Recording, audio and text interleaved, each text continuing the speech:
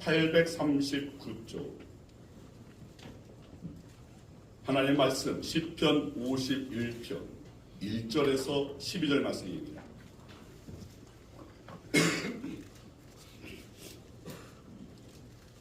하나님 말씀 시편 51편 1절에서 12절까지 우리 교독하도록 하겠습니다. 제가 먼저 1절 말씀 읽습니다. 하나님이여 주의 인자를 따라 내게 은혜를 베푸시며 주의 많은 긍휼을 따라 내 죄악을 지워주소서. 나의 죄악을 말갛게 씻으시며 나의 죄를 깨끗이 하소서. 물은 나는 내 죄가를 아오니 내 죄가 항상 내 앞에 있나이다. 내가 주께만 범죄하여 주의 공전에 안하였사오니 주께서 말씀하실 때 의로우시다 하고 주께서 심판하실 때 순전하시다 하리라. 내가 죄악 중에서 출생하였으며 어머니가 죄 중에서 나를 잉태하였나이다.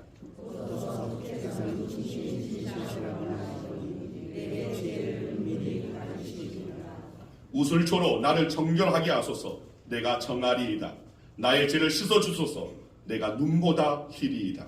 내게 즐거워 깊은 소리를 들려주시사 주께서 꺾으신 발로 즐거워하게 하소서. 주의 얼굴을 내 죄에서 돌이키시고 내 모든 죄악을 지워주소서. 하나님이여 내 속에 정한 마음을 창조하시고 내 안에 정직한 영을 새롭게 하소서. 나를 주 앞에서 쫓아내지 마시며 주의 성령을 내게서 거두지 마소서. 주의 구원의 즐거움을 내게 회복시켜 주시고 자원하는 심령을 주사 나를 붙드소서. 아멘. 기도하겠습니다. 아버지 감사합니다. 주님 오늘 저희를 사랑해 주심에 감사하고 특별히 오늘 우리 양원교회에 우리 김교도 장로님 우리 이복자 권사님을 보내어 주심에 감사합니다. 이제 함께하여 주의 의를 행하고 또 주님의 그 도를 따르는 오늘 저희 모두가 되어지길 원합니다. 그래야 하나님께서 기뻐하시는 우리 양원교회가 세워질 수 있도록 주님 역사하여 주시옵소서. 주님 이 시간 말씀을 대합니다. 말씀 앞에 내 생각, 내 주장, 오늘 내 모든 것들을 내려놓게 해주시고 말씀 앞에 겸손하고 그 말씀을 받아 그리고 순종에 이르는 오늘 저희 모두가 되어질 수 있도록 은혜 허락하여 주시옵소서. 또한 말씀은 곧 하나님의 능력인 줄 믿사오니 말씀을 듣는 중에 성령께서 강하게 역사하여 주셔서 주님 말씀을 듣는 자의 머리부터 발끝까지 성령의 기름 더하여 주시고 예수 그리스도의 보혈의 피 뿌리고 덮고 바로오니 그 보혈의 능력으로 주님 감기에서부터 암이 이르기까지 온전의 치유와 온전의 회복이 있는 귀한 은혜 허락하여 주시옵소서. 이 시간 성령께서 강단 위아래 동일하게 역사할 줄 믿고 감사드리오며 사랑하신 예수 그리스도 이름으로 기도드리옵나이다. 아멘. 할렐루야. 아멘. 할렐루야. 아멘. 우리 옆사람 세상 사람입니다. 잘 오셨습니다. 주님을 사랑합니다. 주님을 축복합니다. 자, 지난주에 설교 제목이었습니다. 만당홍소. 자, 여기에 집에 모인 모든 이들이 오늘 함께 소식을 듣고 기뻐하는 것, 즐거워하는 것. 그래서 우리는 만당홍소의 꿈을 꾸는 자들이 되어야 됩니다. 정말 모두가 함께하여서 영광의 그 자리에서 함께 노래할 오늘 그때를 우리는 꿈꿀 수 있어야 되고 또 이 땅에서 우리가 주님 앞에 간구하고 주님께 아뢰고 주님께 소망을 그 모든 것들이 아름답게 주 안에서 성취되어질 그 날을 바라보면서 또 우리의 자녀들이 정말 세상 가운데 정말 선한 영향력을 끼치고 하나님의 영광의 도구로 귀하게 쓰임받는 그 날을 꿈꾸고 그 날이 이루어지기 위해서 바라보면서 우리는 그 만당홍소의 그 때가 온전히 올 것을 우리는 사모할 수 있는 자들이 되어야 할 줄 믿습니다. 아멘. 우리 옆사람 인사합시다. 만당홍소의 꿈을 꿉시다. 만당홍소의 꿈을 꿉시다. 네, 맞습니다. 만당홍소의 그 꿈을 꾸고 만당홍소의 그 때가 먼저 이룰 수 있도록 오늘 우리 모두가 크게 기뻐하고 즐거워할 수 있게 되기를 간절히 주의 이름으로 소망합니다. 아멘. 자, 지난 수요일은 교회력으로 제수요일이라고 불리우는 날이었습니다. 자, 이날은 이마에 죄를 바르면서 참회한, 즉 회개하는 날이라는 의미로 제수요일이라고 부릅니다. 자, 이 제수요일은 바로 사순절이 시작되는 날입니다. 그러니까 지난주 수요일 2월 14일부터 2024년 사순절이 시작된 겁니다. 자, 그런데 오늘날 사순절은 전 세계 모든 교회가 동일하게 지키지는 않습니다. 교파, 교당, 그리고 교회마다 사순절에 대한 입장이 다릅니다. 어떤 곳은 전통적으로 지켜온 그대로 지키는가 반면에 또 어떤 곳은 아예 지키지를 않습니다.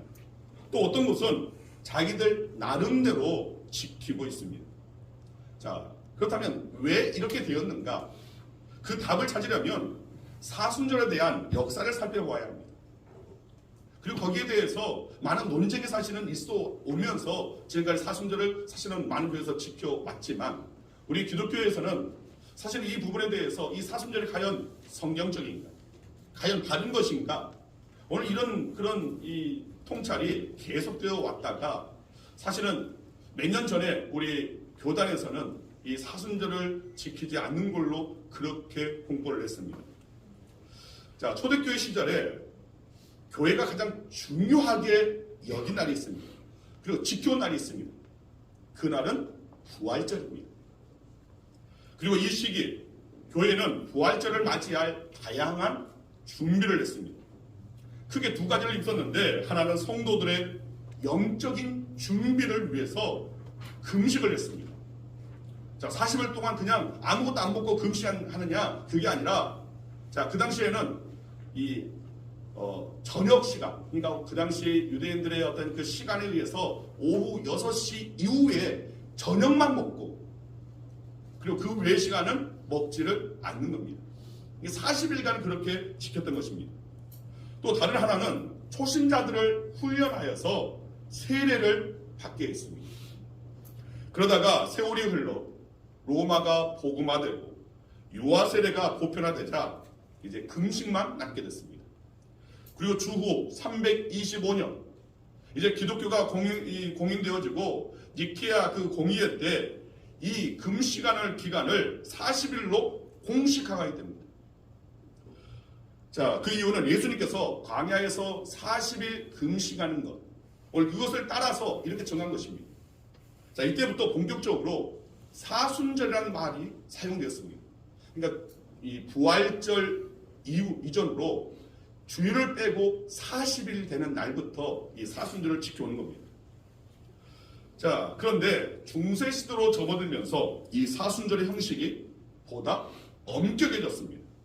특히 이 기간 식사 규칙이 정해졌습니다. 그리고 철저하게 지켰습니다. 대표적인 이 기간에는 고기를 먹지 않습니다. 그리고 유제품을 먹지 않게 했습니다. 그리고 오직 채소, 생선, 계란만을 먹게끔 그렇게 했습니다. 그래서 사순절 이 기간에 엄격한 금식이 시작되기 전에 자, 모두가 축제를 했습니다. 어떤 축제냐면 카니발 축제를 했습니다. 카니발이라는 그 말의 뜻이 라틴어로서 그 말의 뜻이 고기여 안녕이라는 말입니다. 앞으로 40일 동안 고기를 못 먹으니까 고기여 안녕하면서 강란의 파티를 여는 겁니다. 그것이 지금도 계속해서 이어지고 있는 것이 브라질 리우의 카니발입니다. 근데 이 카니발 축제가 사실은 이교도의 그런 이 우상을 숭배하는 이교도의 문화였습니다. 그것을 차용해 와서 카니발 축제, 고기여 안녕하면서 축제를 하는 겁니다. 파티를 열었습니다. 고기 파티를 열고 또 술을 마시고 그러면서 술을 마시고 이제 취하다 보니까 이제 폭행이 일어나고 음란의 그 영이 임하여서 이제 간음하게 되고 환락에 빠져가지고 정말 수많은 사람들이 다치고 죽는 그런 일들이 발생했습니다. 즉 우상 숭배가 바탕이 되는 축제를 차용해서 오늘 그렇게 이 사순절의 그 시작점을 했던 것입니다. 이런 종교개혁 당시에 종교개혁자들은 사순절이 어디에도 성경에도 근거하지 않는 성경적이지도 않고 지나치게 외형적인 형식에 치우쳤다는 점을 비판했습니다. 또 하나의 율법을 만들었구나라고 생각했습니다. 성경적으로 하나님께서 정하신 것이 아니라 사람이 정하는 것이다라고 그렇게 비난했습니다. 그래서 당시 사순절에 비성경적인 금식이나 절기의식을 지키지 않았습니다. 자, 그러면서 사순절의 어떤 그런 그 당시에 지켰던 절기적으로 지키는 것이 아니라 이 기간, 자 부활절에 가까이 오는 그런 40일의 어떤 그런 의미를 담아서 오늘 이 기간 동안에는 개인의 참회 그리고 경건에 초점을 맞추어서 각자 자발적으로 지키도록 했습니다.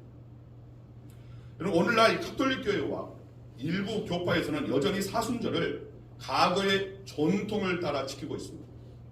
그리고 일부 우리 개신교 교회에서도 종교개혁자들의 개혁 정신을 따라 사순절을 지키지 않고 있는 교회가 있고 또 어느 교단에서는 여전히 지키고 있는 그런 교단이 있습니다.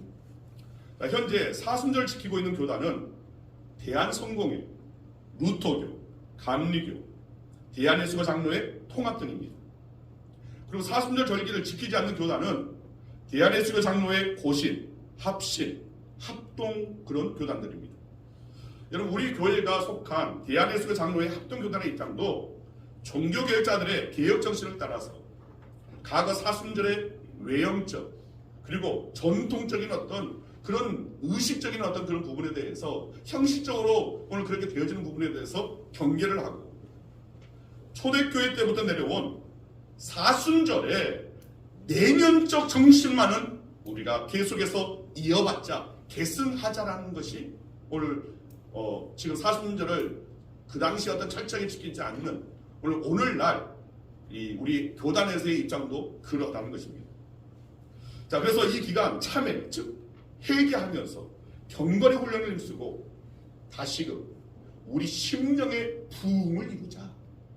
진정 정말 주님의 그 십자가의 그 고난, 오늘 그 십자가의 그 죽으심을 온전히 나의 죽음으로 여기고 이제는 주님의 그 부활하심에 내가 동참할 수 있도록 죄에서 떠나고 오늘 우리의 자신을 성결케 하고 정말 주님의 그 마음을 품을 수 있는 오늘 그런 기간으로 삼자라는 것이 오늘날 우리의 입장입니다.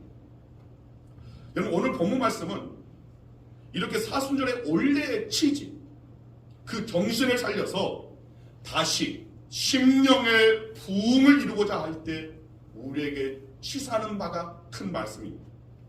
자, 오늘 본문 3절에서 5절 말씀 함께 읽습니다.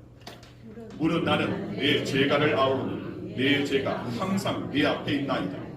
내가 주께만 범죄하여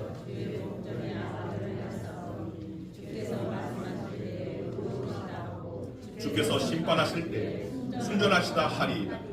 내가 제약 중에 출생하였으니 어머니가 죄 중에서 나를 잉태하였나이다. 이런 다윗의 고백입니다. 다윗의 고백인데 이 시편 51편은 언제 썼느냐? 다윗이 정말 밧세바와 오늘 그런 간음을 행하고 그리고 밧세바의 남편 우리아를 죽인 오늘 그 사건으로 인하여서 나단 선지자의 책망을 받고 자신의 그 죄를 알고 이제는 그 가운데서 하나님 앞에 아래는 참회의 기도의 내용입니다.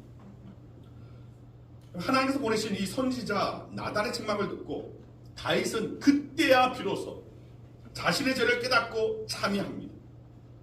그리고 이렇게 고백을 한 것입니다.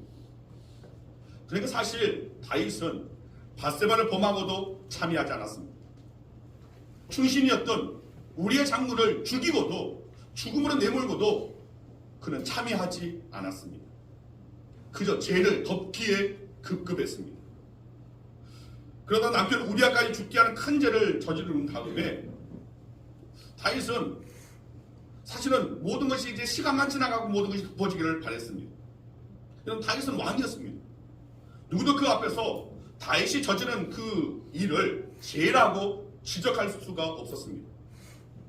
게다가 나름대로 죄를 덮으려고 해서 아는 사람도 그리 많지 않았습니다. 시간이 지나면 덮어질 것만 같았습니다. 그러나 하나님께서 아시고 그리고 자신이 알고 그리고 일부 영적으로 끼어있는 사람들이 압니다. 결코 덮을 수 없고 잊혀질 수도 없는 그런 일이었습니다. 그런데 다행히 하나님께서 다윗으로 하여금 회개할 수 있는 기회를 허락하셨습니다. 여러분, 이런 기회가 우리에게 때때로 찾아옵니다. 우리도 연약하여서 죄를 행할 때가 있습니다. 범할 때가 있습니다. 나쁜 마음 가질 때가 있습니다. 하얀 마음을 가져야 되는데 검은 마음을 가질 때가 있습니다. 바로 그럴 때 하나님께서는 우리를 안타까이 여기시고 우리가 참여할 수 있도록, 회개할 수 있도록, 돌이킬 수 있는 기회를 주신다는 겁니다. 근데 그 기회를 우리는 놓쳐서는 안 됩니다. 그 기회를 붙잡을 수 있어야 됩니다. 아멘. 여러분, 다윗은 그 기회를 놓치지 않았습니다. 그 기회를 붙잡았습니다. 나단 선지자의 오늘 그 죄를 지적한 그 말에 다윗은 자기 자신을 돌아보게 됩니다. 나단 선지자의 그 말씀에 경청했습니다. 그리고 그 말씀으로 자기 자신을 성찰하기 시작했습니다. 그러면서 자신이 얼마나 큰 죄를 범했는지, 그리고 그런 자신을 향한 하나님의 진노, 하나님의 분노가 얼마나 큰지를 깊이 깨닫게 됩니다. 여러분, 우리도 연약하기 때문에 다윗처럼 죄를 범할 수 있습니다. 제가 대전에서 거의 한 5년에서 한 6년 정도 이 대전 교도소 사역을 했습니다. 대전 교도소 사역을 이렇게 할 때 항상 느끼는 것은 이 사람들만 죄인인가? 과연 이 사람들만 죄인이라고 할 수 있을까? 아니라는 겁니다. 제 자신을 스스로 돌아보면서도 나도 이 사람들과 별반 다를 바 없는 죄인 아닌가? 여러분, 우리 모두가 또 그렇지 않습니까? 감옥 안에 있는 사람들은 들킨 죄, 그리고 우리는 아직 들키지 않은, 다 동일한 죄인입니다. 이것을 우리는 깨달을 수 있어야 됩니다. 그런데 오늘 그 대전 교도소에서 항상 예배 드릴 때마다 항상 느끼는 것은 거기에 다들 신앙이 있어서 모이진 않습니다. 보통 대전 교도소에 800명 정도가 모여서 예배를 드리는데 거기에 재소자 미결수가 있고 기결수가 있는데 그들 가운데 다 신학 가운데 또 사모함으로 참여하는 것은 아닙니다. 때로는 소란을 피우는 그런 이들도 있습니다. 그래서 교도관이 끌고 가는 그런 경우도 있습니다. 근데 그 가운데서 예배 진행팀이 있습니다. 예배 찬양을 인도하고 성가대가 있고 또 신디 반주를 하고, 그리고 이 화면을 띄우는 그 당시에는 이 수동적인 어떤 OHP 필름 이걸 가지고 이게 띄우는, 이거 좀 이렇게 낙후되어서 프로젝터 띄우면 될 텐데 그걸 하지 않고 어떤 이유인지 모르겠습니다. OHP를 가지고 띄우는 오늘 그런 형제가 있었습니다. 그런데 이들이 하나님 앞에 예배드리는 그 모습을 보았을 때 은혜가 됐습니다. 정말 하나님께 예배하면서 내가 죄인입니다라는 오늘 그런 마음 가운데, 특히 찬양하는 가운데 그런 모습이 드러납니다. 그 OHP를 띄우는, 화면을 띄우는 그 형제가 정말 손을 들면서 왼손으로 그걸 띄우고 손을 들면서 찬양을 하면서 또 눈물을 흘리면서 그렇게 하는 그 모습을 봤을 때 제가 더 그 모습을 보고 은혜가 됐습니다. 여러분, 우리는 어떠합니까? 주님의 말씀 앞을 대하면서 그 말씀에 오늘 우리 자신을 사실은 돌아보고 있습니까? 이 말씀을 강단 선포되는 그 말씀 가운데 많은 이들이 그러합니다. 옆 사람 아내를 찌릅니다. 남편을 꾹꾹 찌릅니다. 그래서 또 저 멀리 어느 형제를, 어느 지체를, 어느 성도를 바라봅니다. 그러면서 이 말씀은 저 사람이 들어야 돼, 저 사람이 들어야 돼, 내 남편이 들어야 됩니다, 내 아내가 들어야 됩니다. 여러분, 하나님의 말씀은 내가 들어야 됩니다. 나를 향한 하나님의 말씀입니다. 그 말씀에 비추어서 우리 자신을 돌아보아야 합니다. 저도 말씀 항상 준비하면서도 그 말씀 앞에 제 자신을 들여다보면서 과연 내가 강단에서 이런 말씀을 전할 수 있을까? 그럼 저는 전해야 할 사명이 있습니다. 그러면서 그 말씀을 준비하면서 때로는 정말 엎드릴 수밖에 없는 그런 때가 있습니다. 내가 이 말씀대로 이 말씀을 전해야 되는데 이 말씀대로 내가 먼저 살았는가? 그러지 못했다는 것을 하나님 앞에, 주님 앞에 고백할 수밖에 없습니다. 여러분, 우리는 말씀을 들을 때에 나에게 주는 말씀으로 받아야 해요. 그 말씀을 통하여서 내 자신을 돌아볼 수 있어야 됩니다. 내 자신을 통찰해 볼 수 있어야 한다는 것입니다. 자기 통찰입니다. 그러면서 자신이 얼마나 큰 죄를 범했는지, 하나님 앞에 나는 과연 의로운지를 돌아볼 수 있었다는 겁니다. 이런 다윗은 나단 선지자의 책망을 듣고 그 말씀으로 자신의 내면을 들여다보기 시작했습니다. 그리고 깊은 성찰을 하게 됐습니다. 그러면서 자신이 저지른 죄를 보게 됩니다. 그리고 자신을 향한 하나님의 진노를 두렵게 느끼게 됐습니다. 이런 성찰이 있어서 다윗을 지금 참회의 자리로 이 하나님께서는 나아가게끔 하신 것입니다.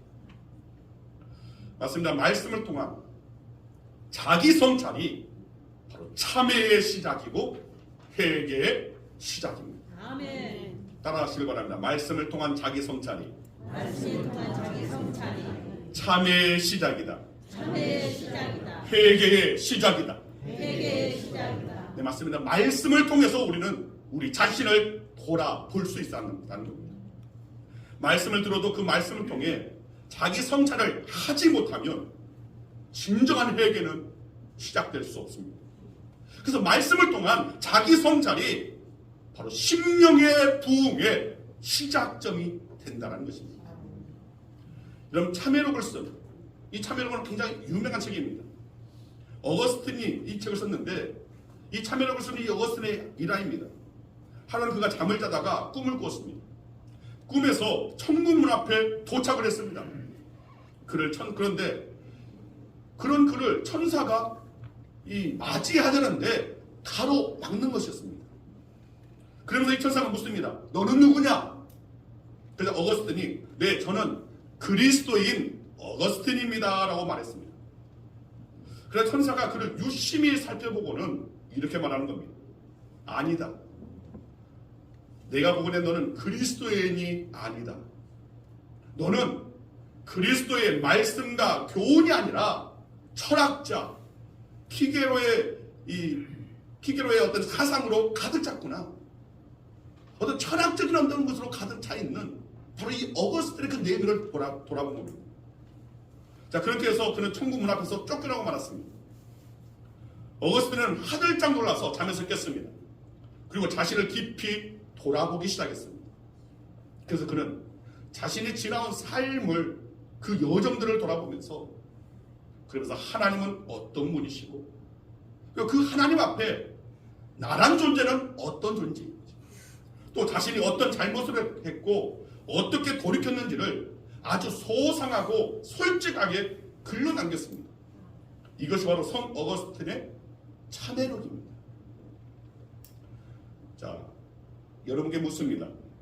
입으로 답하지 말고 마음속으로 답해 보시길 바랍니다. 여러분은 그리스도인입니까? 그렇다면 과연 하나님께서도 그렇게 생각하실 것이라 확신하십니까? 여러분, 우리는 어거스틴처럼 하나님의 눈에 비친 나는 어떤 모습일까를 깊이 생각해 볼 수 있어야 합니다. 오늘 본문 10절을 보면 다윗은 이렇게 절규하듯 기도합니다. 하나님이여, 내 속에 정한 마음을 창조하시고 내 안에 정직한 영을 새롭게 하소서. 아멘. 여러분, 다윗은 자신을 성찰하면서 깊이 생각해 보았을 것입니다. 왜 내가 이런 죄를 범하게 됐을까?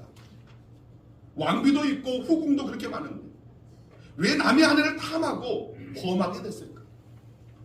왜 그 죄를 덮겠다고 그 여인의 남편을, 그것도 그렇게 신실하고 내게 그렇게 충성했던 장수를 죽게 했을까?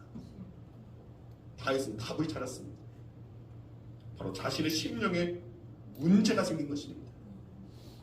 자신 안에 오직 하나님 말씀으로 가득 채워져야 되고 하나님 사모하는 마음으로 가득 채워져 있어야 되고 하나님의 마음이 채워져 있어야 되는데 더러운 욕망이, 욕심이, 탐심이 채워져 있는 것입니다. 온갖 더럽고 추한 음란함이 가득 채워져 있는 것입니다. 그래서 이 다윗은 자신의 그 심령에 문제가 있다는 것을 발견하고 지금 하나님 앞에 아뢰는 겁니다. 정한 마음을 창조해달라고, 그리고 정직한 영을 새롭게 해달라고 기도를 드리는 것입니다. 우선 정한 마음을 창조해달라는 기도를 살펴보면 여기서 정한 마음이란 깨끗한 마음, 순결한 마음을 말합니다. 마치 갓 태어난 어린 아기들의 그 마음처럼 욕망에 사로잡히지 않고 세상 풍조에 물들지 않는 순수한 마음을 말합니다. 마치 방금 새로 사온 새 수건처럼 깨끗한 마음을 말합니다. 그런데 다윗이 지금 자신의 마음을 성찰해 보니까 문제가 심각합니다. 죄로 얼룩져 있습니다. 허물이 가득합니다.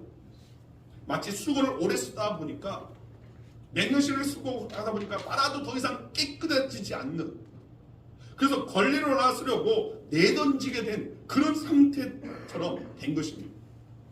그래서 자신의 마음을 정결하게 씻어달라고 지금 이렇게 말하지 못하고 재창조해달라고. 그러니까 이제는 단지 씻어서는 해결된 문제가 아니라는 것을 다윗은 깨달았습니다. 그러면서 내 마음을 재창조해달라고 말합니다.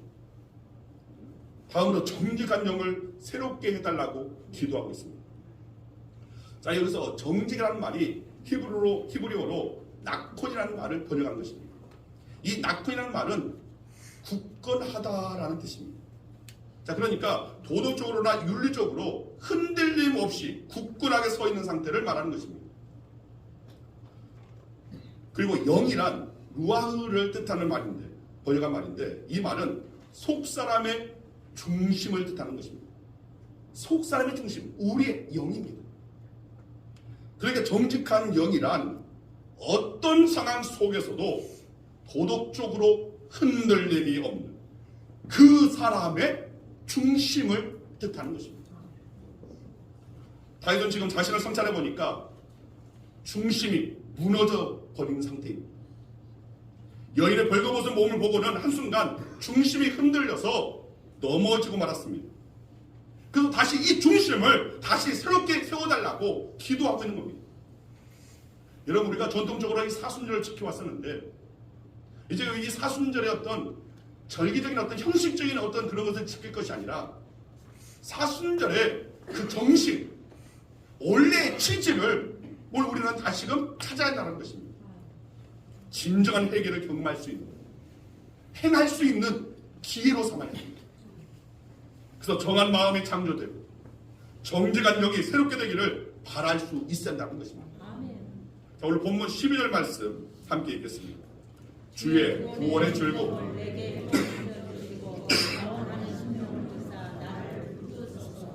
자, 여기서 주의 구원의 즐거움을 내게 회복시켜 주시고, 이런 다윗은 이제까지 주의 구원의 즐거움을 맛보고 누려왔던 그런 인물이 바로 다윗이었습니다. 여러분, 시편 23편 말씀을 보면 다윗은 내 잔이 넘치나이다 라고 하면서 주님의 크신 은혜로 말미암아 정말 그 삶이 즐거움으로 가득 채웠음을 그렇게 고백했던 그런 이였습니다. 즉 구원의 즐거움이 가득했던 인물이 다윗이었습니다. 그런데 오늘 이 본문 12절 말씀 보니까 자, 그 구원의 즐거움을 회복시켜달라고 간절히 기도합니다. 자, 여기서 깊이 우리가 생각해 볼 것은 무엇이냐면 다윗이 구원의 확신을 회복시켜달라고 기도하지 않았고 구원의 즐거움을 회복시켜달라고 기도했다는 점입니다. 자, 그러니까 다윗은 구원의 확신까지 잃어버리지는 않았던 것 같습니다. 자기가 하나님의 구원을 받았고 그래서 하나님의 백성이라는 것을 믿고 있었던 것입니다. 그러나 구원의 즐거움은 잃어버린 것입니다. 그래서 그 구원의 즐거움을 회복시켜달라고 기도하고 있는 겁니다. 오늘날 그리스도인들에게 구원의 확신이 있느냐고 물으면 대부분 있다고 답합니다. 교인들에게 지금 죽으면 천국에 갈 것을 믿느냐고 물어보면 대부분 믿는다고 답합니다. 아무래도 구원파의 어떤 그런 이 도전 때문에 많은 이들이 많은 교회에서 또 실제로 이런 부분에 대해서 많이 설교했고 가르쳤기 때문에 오늘날 그리스도인들은 네, 나 구원의 확신이 있습니다. 네, 나 지금 죽어도 나는 천국에 갈 자신이 있습니다. 무엇 때문에? 내가 선해서 아닙니다. 오직 예수 그리스도를 내가 믿음으로 나는 구원을 받았습니다 하고 자연스럽게 말할 수 있는 그런 지식이 이미 다 모든 그리스도인들에게 있다는 것입니다. 자, 그러나 그렇게 고백한다 할지라도 구원을 받았다는 그것 때문에 즐거워하는 사람들은 많지 않아 보입니다.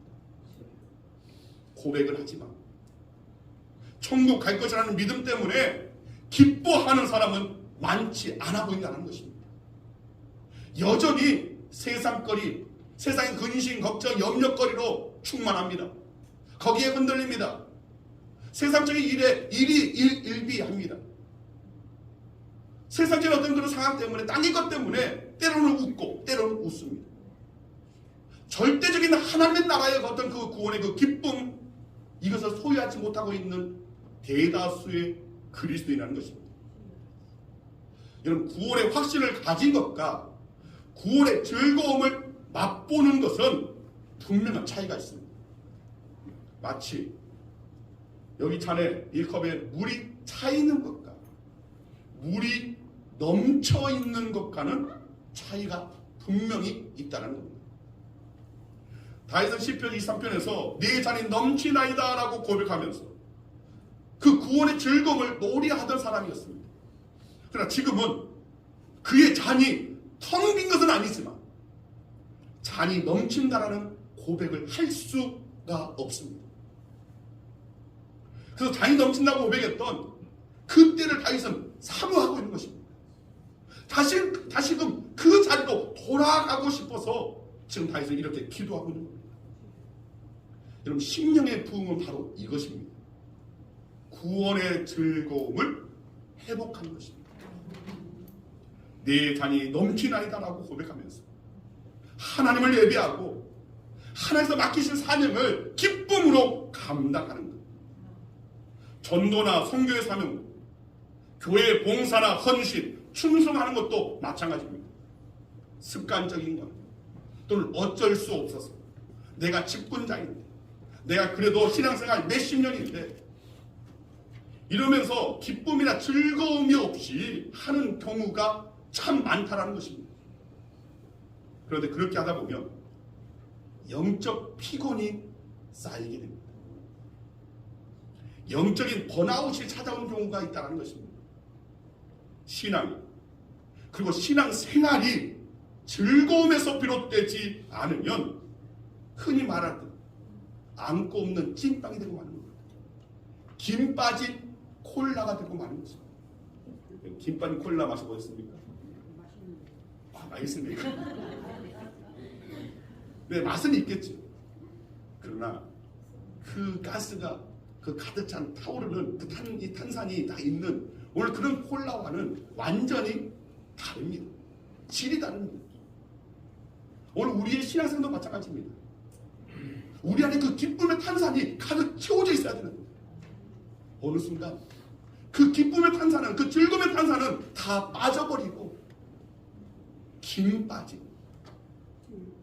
제대로 어떤 그 기쁨 요소는 다 사라져버리는 그런 허울뿐인 우리의 신앙은 아닌지 한번 생각해 볼 수 있다는 것입니다. 자, 그렇다면 어떻게 다시금 구원의 즐거움을 회복할 수 있습니까? 오늘 본문 11절을 보면 다시 이렇게 호소합니다. 자, 우리 함께 읽습니다. 나를 주 앞에서 쫓아내지 마시고 주의 성령을 거두지 마소서. 이런 다윗은 구원의 즐거움을 잃어버린 원인이 바로 이 두 가지라고 보고 있는 겁니다.